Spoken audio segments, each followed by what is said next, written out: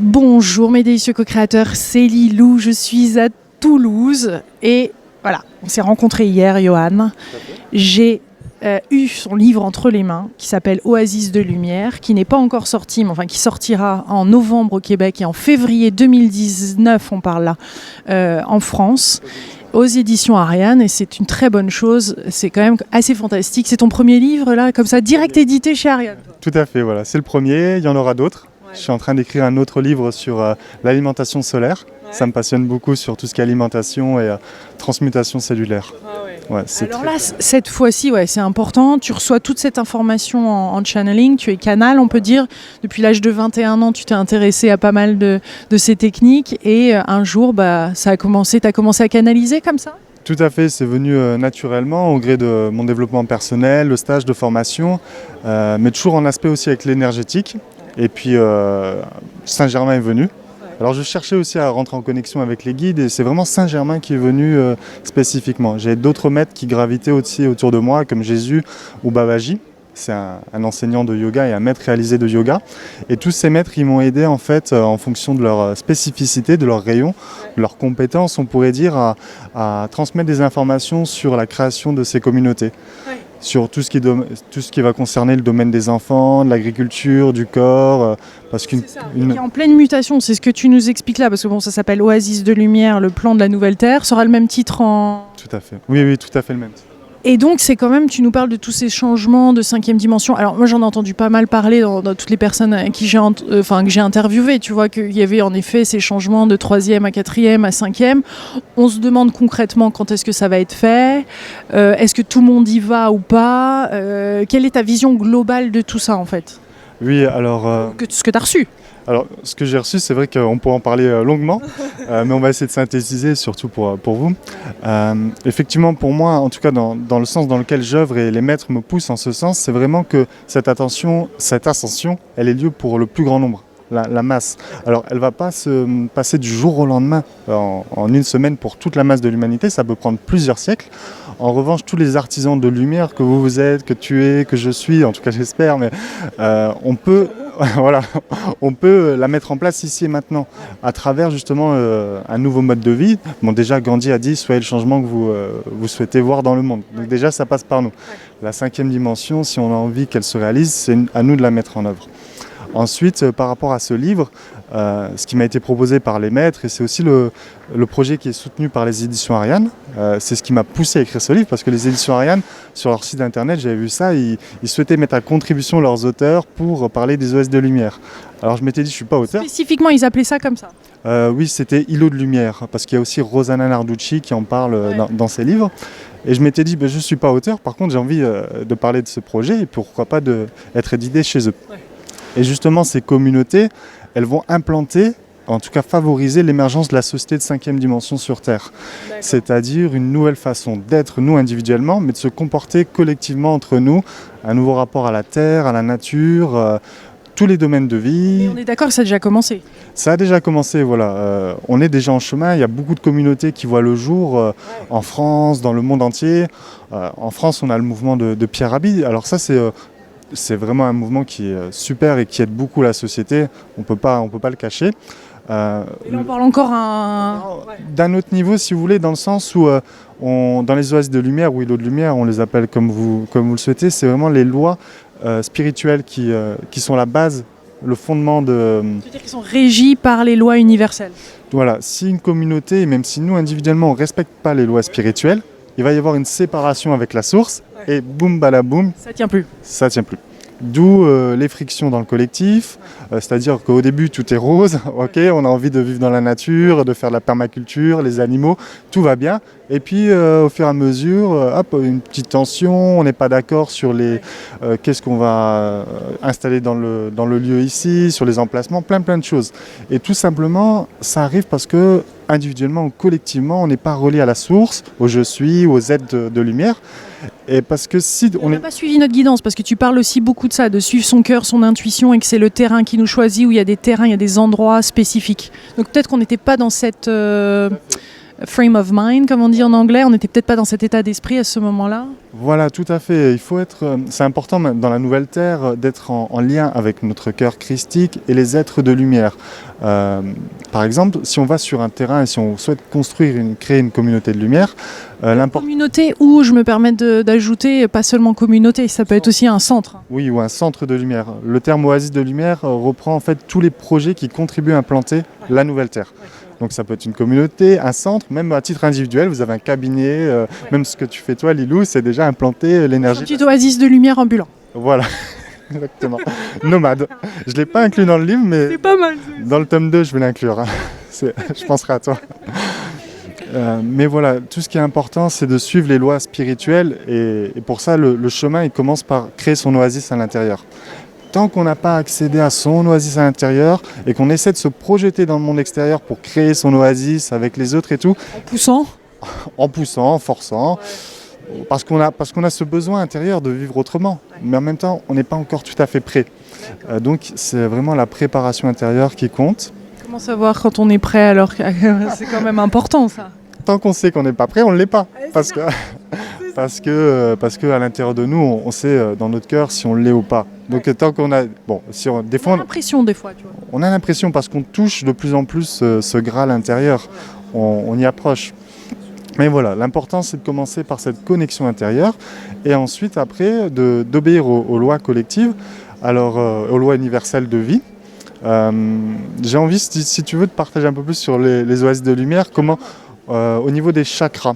Quelle est la différence par rapport à comment on bascule au niveau du premier chakra, de la dualité à l'ascension, à la 5e dimension, si on peut dire. Tout simplement, aujourd'hui, le premier chakra, c'est la matière, l'argent, la famille, les bâtiments, l'écologie, le rapport à la terre. Dans les oasis de lumière ou tous les centres du Nouveau Monde, on va créer des bâtiments qui sont écologiques, avec des formes géométriques qui vont aider l'ascension, le taux vibratoire. On ne peut plus créer... Avec le nombre d'or. Avec le nombre d'or, voilà, il y a plein de structures différentes avec le nombre d'or. Le rapport à l'alimentation, bien sûr, c'est de l'alimentation consciente. On prône plutôt tout ce qui est permaculture, agriculture en conscience, en relation avec les dévas de la nature. Ça, c'est... voilà. Important, ça, là. C'est très important en fait sur votre lieu de vie et dans les oasis de lumière, ce sont les êtres de la nature et les maîtres de lumière qui supervisent le projet. Et voilà. Oubliez, c'est pas qu'il y a un ordre hiérarchique, mais il y a quand même la Terre est là pour nous guider. C'est une co-création. C'est une co-création. Voilà. Il ne faut pas du tout le prendre, comme tu dis, comme un ordre hiérarchique, parce que là, on se met encore dans une soumission. C'est un dévouement. On se dévoue à notre présence je suis, au plan divin, et on le respecte. Et quand on le respecte, tout va bien. Et même nous, on est heureux. C'est une liberté de respecter ce plan divin. C'est pas du tout un cadenas. Et c'est très important. Donc, c'était sur les chakras. Oui, le chakra. On était sur le premier chakra. Donc, les habitats écologiques, la nourriture. On va passer au deuxième chakra. On ne peut pas trop approfondir parce qu'il faut beaucoup de temps. Mais le deuxième chakra, ça va être la danse, le mouvement de la vie, les émotions, la créativité. Ouais. Et ça, c'est important parce qu'aujourd'hui, même nos habitats ou comment on vit, il faut mettre plus de beauté.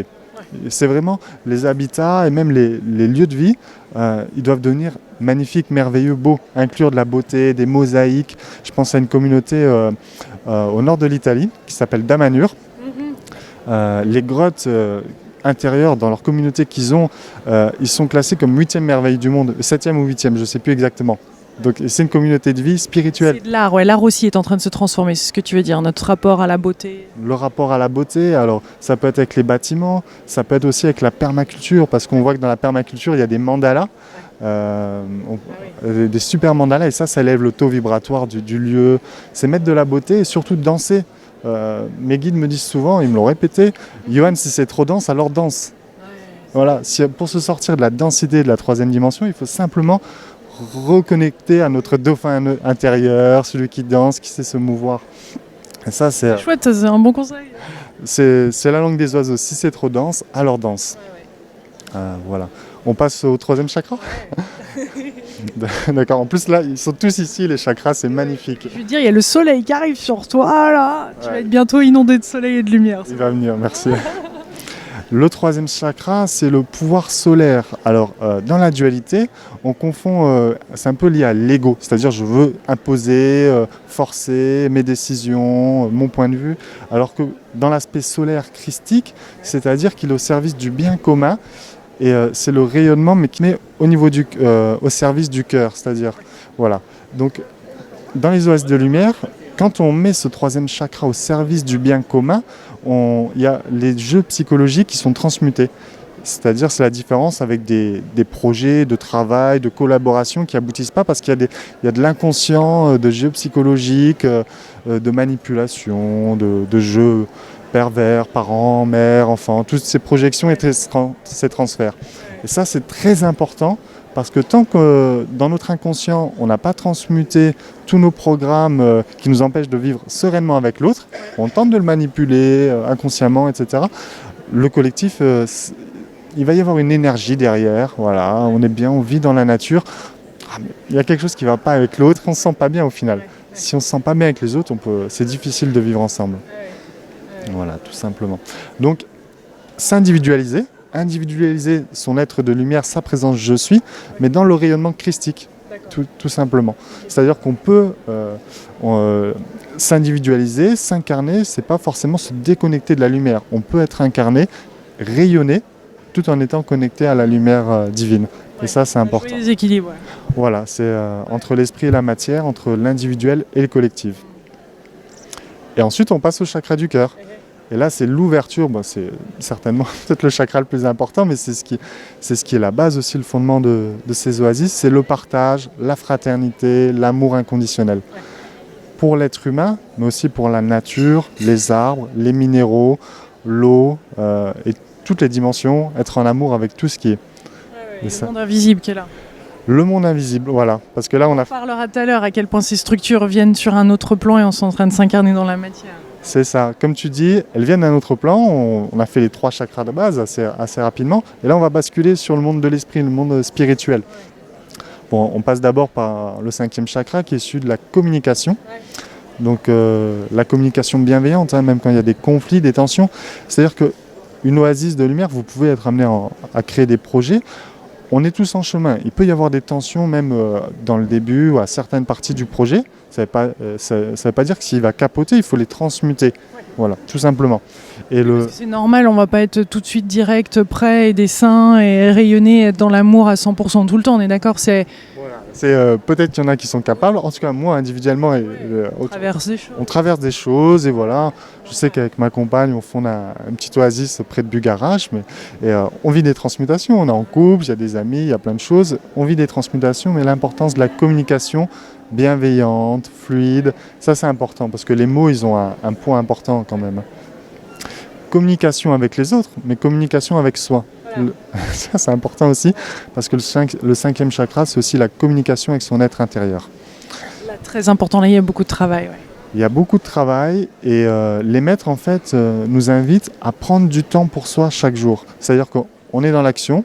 Les oasis de lumière, c'est pas simplement méditer, c'est se mettre sur terre, être dans l'action, créer, travailler, œuvrer dans la matière pour que ça voie le jour, tout en gardant un équilibre d'introspection chaque jour. 1 heure, 2 heures, 3 heures, pour prendre du recul et être avec son âme.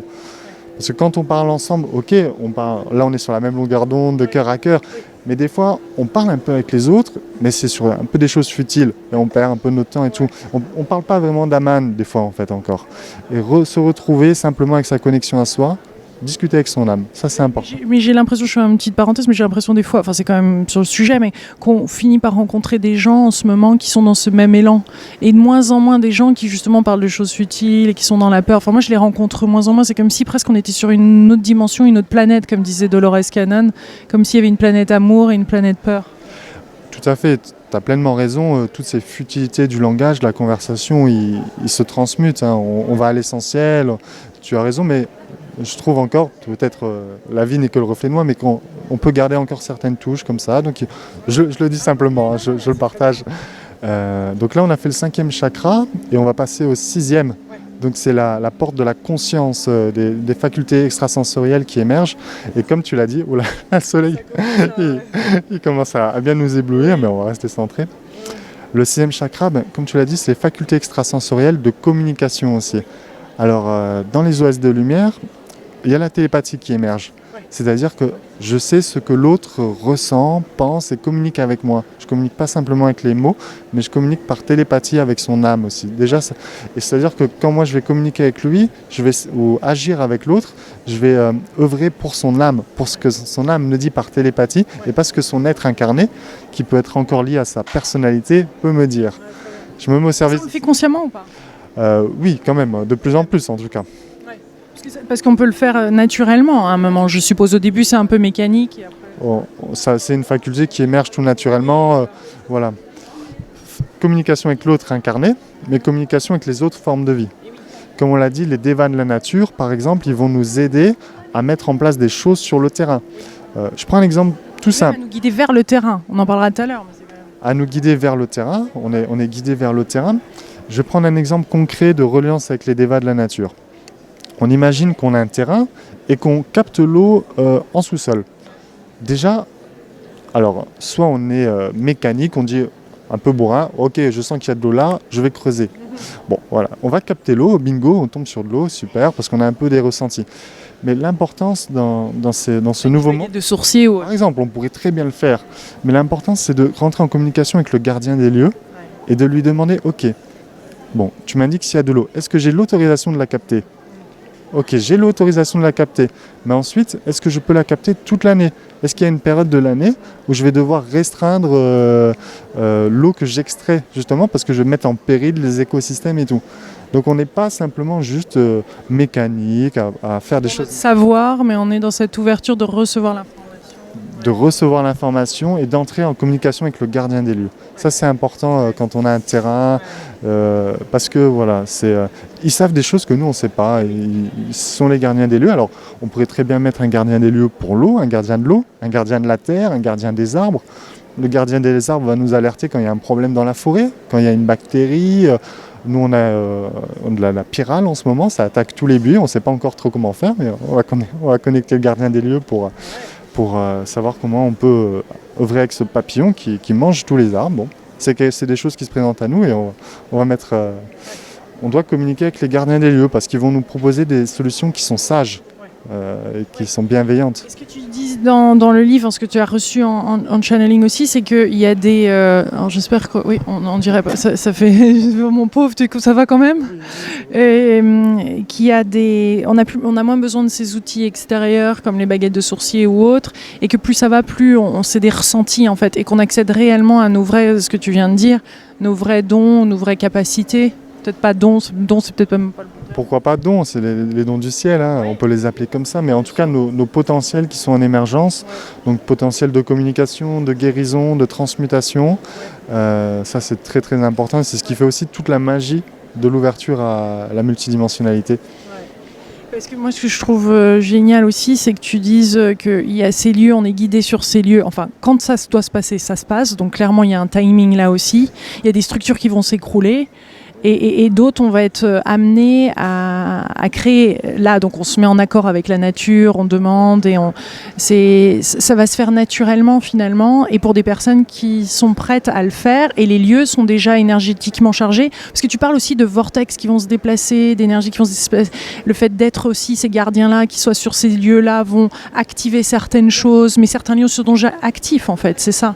Il y a des lieux qui attendent, hein, tout simplement. Ouais. Si tu veux, là je suis en train d'écrire un nouveau livre qui parle sur l'alimentation solaire. Ouais. Et j'ai reçu dans le livre le message qu'en fait il y a des grands déplacements de population qui vont s'effectuer. Ouais. Tout simplement parce qu'aujourd'hui dans les villes, on est en recherche du prana. Même dans les villes, mais nous au quotidien. Et dans les villes, il y a un manque de prana. Et, bon, alors on va changer les villes de l'intérieur, mettre plus de verdure, plus d'espaces verts, faire des changements avec l'écologie, mais aussi il va y avoir des mouvements de population parce que, si tu veux, les gens ils vont chercher le prana. et ils vont se déplacer vers des espaces naturels qui sont vierges actuellement. On se demande en France pourquoi il y a des grands espaces vierges. On se dit, quand j'étais jeune, je me dis mais ils servent à rien ces espaces. C'est quoi ces départements, ces axes du vide comme on les appelle? Ça peut être en France, mais dans d'autres régions du monde comme la Patagonie, même en Russie ou en Australie, il y a des grands espaces qui vont accueillir des communautés, des cités de lumière même, hein, parce que il y a le... Alors oui, cité de lumière, c'est après encore, si tu veux, il y a des petits îlots, des initiatives qui se mettent en place, et ensuite ça va passer aux cités de lumière, parce que bon, on est des milliards à vivre sur Terre, et il va y avoir un rassemblement sur des pôles, sur des grandes cités, tout à fait. Qui fonctionnent avec d'autres valeurs, qui vont avoir leur monnaie, qui vont avoir... Parce que tu dis que tout est en changement, le couple, la famille, l'agriculture, l'écologie, le rapport, je suppose, à l'argent. Le rapport à l'argent aussi, alors on va en sortir progressivement. C'est sûr que bon, l'argent il est ni bon ni mauvais, c'est tout ce qu'on y met derrière et tout le système qui le rend aussi un peu pervers. Mais effectivement les cités de lumière elles vont fonctionner. Déjà si on est autonome au niveau de l'agriculture, on a pu au niveau de l'eau, de la nature, on a pu forcément utiliser autant d'argent. Il y a plein de peuples sur Terre, les peuples indigènes, aborigènes, qui vivent sans argent, ils y vivent même très bien. Donc on a besoin, nous en Occident, de revenir à la nature, donc on va se détacher progressivement de l'argent, ouais, c'est vrai. Et en même temps, la matière et cette énergie spirituelle reviennent ensemble, donc c'est pas forcément... Parce que des fois on constate dans certaines communautés spirituelles qu'il y a un rejet de l'argent, alors que, comme tu dis, c'est ni bon ni mauvais, c'est ce qu'on en fait, c'est l'énergie qu'on va mettre dessus, et ça permet aussi de créer de belles choses. C'est-à-dire que beaucoup aimeraient créer ces oasis de lumière, mais n'ont pas forcément les fonds. Comment ça se passe comme ça? Quelle info t'as concrètement quand on le souhaite, mais on se dit mais comment accéder? Enfin, le rêve est grand, j'ai des visions, je le vois, mais sur le compte en banque, c'est pas vraiment ça. Oui, c'est vraiment une grande question au niveau de l'argent, mais il y a des gens qui vont être réveillés et qui vont être amenés à partager leur argent, leurs fonds. Si tu veux, il va y avoir l'énergie de l'argent circule, mais des fois elle ne circule pas au bon endroit, au bon moment, et nous plus les gens vont être centrés dans leur cœur, plus l'argent va prendre la bonne direction. Et donc les gens qui peuvent être très riches vont acheter des terrains, mais le mettre au service du bien commun. Voilà, il y a des personnes qui vont donner une partie de leur terrain, tout simplement. Donc ça va venir, c'est vraiment la magie de la vie. Et tu sais, même, il y a des gens qui n'ont pas d'argent qui vont vivre ce don, et des gens qui ont beaucoup d'argent, mais parce qu'ils sont encore dans des énergies intérieures qui les limitent, ils ne savent pas quoi, ils n'arrivent pas à mettre en œuvre ces projets. Donc Désolée il y a une annonce au micro, on est en plein au salon de Toulouse, ça fait partie malheureusement des choix. Oui, je me trouve un peu perturbant. Non, pas du tout. Hein. On vit l'instant présent. Mais voilà, c'est pas dur parce qu'on n'a pas l'argent, qu'on en a beaucoup, qu'on va mieux réussir et plus réussir. Vraiment, la vie, elle est magnifique. Tout ce qu'on a à faire, c'est d'être centré dans sa présence je suis. Parce que voilà, l'abondance, elle vient du je suis. L'abondance, en plus, c'est l'abondance. Si on danse, nous, dans l'énergie, dans la vie, on va créer l'abondance. Et l'abondance, c'est tout simplement d'être centré en nous-mêmes. Parce que quand on est centré dans son je suis, on est créateur de notre vie et ça peut arriver de n'importe quelle façon. C'est tellement vrai, ça, c'est tellement beau. Alors tu parles aussi, je me permets de switcher sur certains pôles, tu parles des États-Unis, tu parles de Sedona, tu parles de Mont Shasta, tu parles de l'endroit où tu habites aussi. Il y a quand même des pôles qui sont importants, mais il y en a d'autres qui vont être créés. Les États-Unis, il y a un gros changement en perspective? Les États-Unis, c'est sûr que ça va être amené à bouger parce que bon, tu voyages aux États-Unis, tu sais qu'il y a à la fois des artisans de lumière qui sont très éveillés et en même temps aussi beaucoup de densité. Ça va remuer, c'est certain. Hein. Mais comme tu le dis, effectivement, il y a des pôles comme... j'habite à Bugarach, je vais en parler. Dans la région de Bugarach, des pôles qui sont liés au grand vortex, mais pas que. Les oasis de lumière et le plan de lumière, il va s'établir sur toute la Terre. Donc, que vous habitez dans n'importe quelle région, c'est à vous, là où vous devez être, de créer votre oasis de lumière. Mais effectivement, il y a des êtres qui se rassemblent dans des pôles. Et justement, ça favorise la communion et la créativité, toutes les facultés, parce que plus on est à vivre ensemble, il y a une émulsion quand on est sur la même longueur d'onde, justement. Et bon, ces pôles, ces vortex, ces portails multidimensionnels, ils agissent comme des antennes entre le cosmos et l'intraterre. Ils captent les fréquences qui redistribuent sur la Terre. Et effectivement, quand on vit à proximité de ces vortex, on est baigné dedans et ça favorise le changement.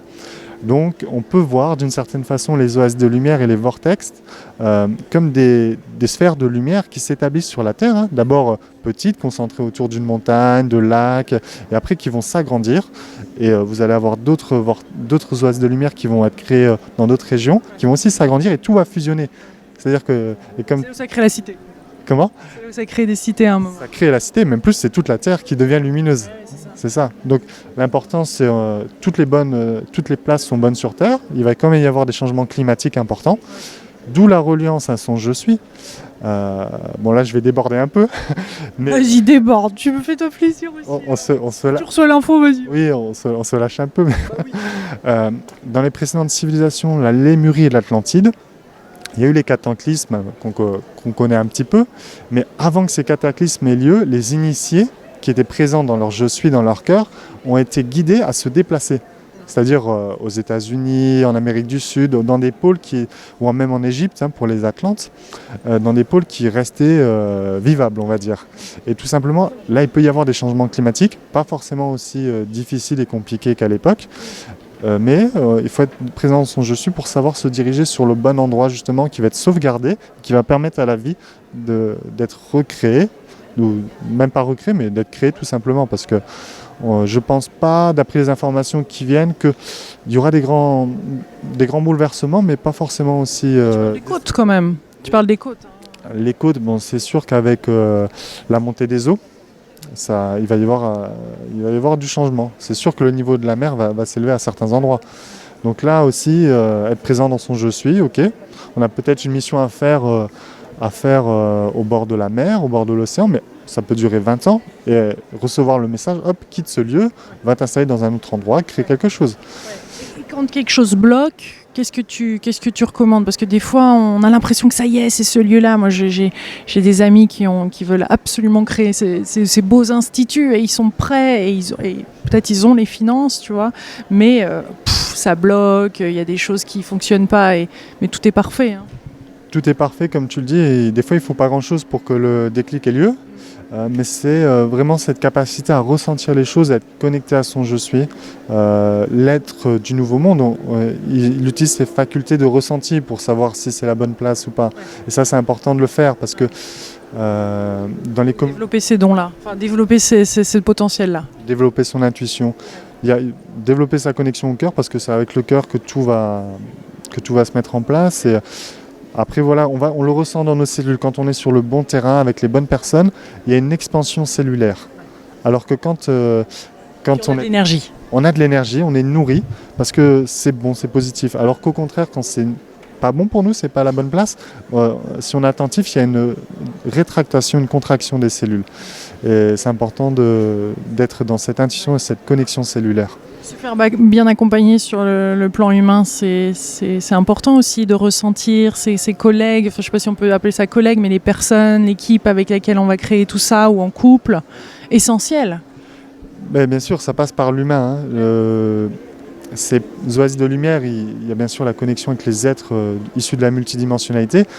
Ils nous guident, mais en même temps, ils nous laissent le premier rapport, c'est à l'être humain qu'on a aussi à développer aujourd'hui.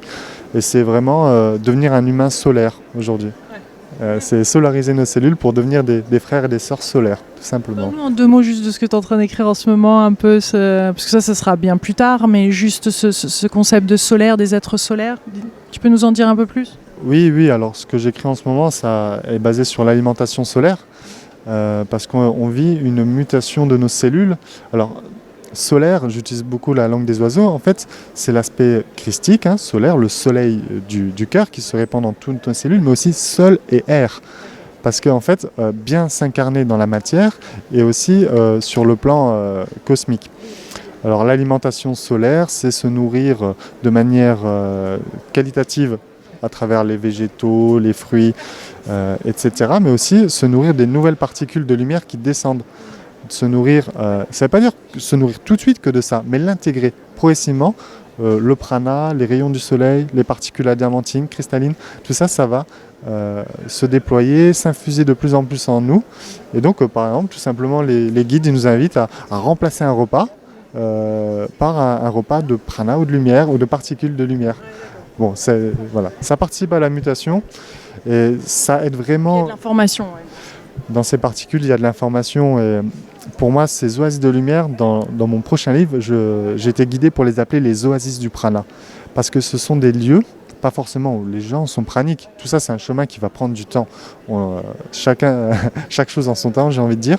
Mais en tout cas, ce sont des lieux où le prana est en abondance. Dès qu'on va entrer dans une oasis de lumière, moi je l'ai vécu au centre du Bonfin. C'était le centre du maître Ivanov. Je ne sais pas si tu as entendu parler du maître Ivanov, c'est un grand maître magnifique dont je capte l'énergie encore. Et quand je suis entré dans ce lieu au nord de Fréjus, il y avait un avant le lieu, juste avant, et un dedans. Et je me retrouvais, j'ai jamais vu ça, bon c'était il y a 4-5 ans, mais comme dans un territoire où je voyais les particules de lumière partout, les anges. Et une oasis de lumière, c'est ça, on entre dans ce lieu, l'amour qui rayonne, des gens, ça crée une énergie formidable. Et on n'a plus tellement besoin de vivre des processus d'accompagnement, c'est juste l'énergie qui est là, qui est tellement présente, qui va transmuter nos cellules. Parce qu'une cellule de lumière a un pouvoir vibratoire qui est plus élevé qu'une cellule dense, condensée, cristallisée dans la peur, et donc va agir automatiquement à transmuter cette cellule. Donc le message que... Ouais. Est-ce qu'il y a autre chose à ajouter? Parce que je sais qu'il y a plein de choses. Enfin, je veux dire, ce livre, je vous recommande vivement de le lire pour tous ceux qui veulent, qui se sont appelés à faire ça. Et je pense qu'il y en a pas mal d'entre nous. Oasis de lumière, qui sortira, je répète, en février 2019 en France, mais au Québec, parce qu'il y a des Québécois qui regardent. Donc ça, c'est pour novembre. Vous avez de la chance, les Québécois. Là, ça sort avant. Mais ça se trouve, on se débrouillera à récupérer 2-3 petits livres du Québec. Qu'est-ce que tu crois? On va pas attendre février. Non, est-ce qu'il y a autre chose à dire qui est important par rapport à ça, ou un message que tu reçois qui serait essentiel à dire? Je sais qu'il y a plein d'informations, mais... Pour moi, là, c'est vraiment d'y croire et d'avoir foi dans ce blanc, parce que c'est merveilleux ce qui va se passer. Bien sûr, on vit nos mutations et des fois, on rame un peu. On va se dire, oh purée, il y avait encore cette blessure-là, je ne l'ai pas transmutée. Mais quand progressivement, ça se libère. Donc, ayez confiance dans ce que vous vivez, ayez confiance dans la guidance. Et après, ce qui va émerger dans la nouvelle société humaine, ça va prendre plusieurs décennies, plusieurs siècles, mais ça va être merveilleux. Ça vaut le coup de rester sur Terre. Alors, restez et on crée tout ça ensemble. Merci, Johan. Merci, Lilou. Merci, on vous embrasse très fort, délicieux co-créateur, Oasis de lumière. Ce sera une autre couverture, mais ça sera bien le titre. On vous embrasse très fort. Gros bisous de Toulouse. Bye.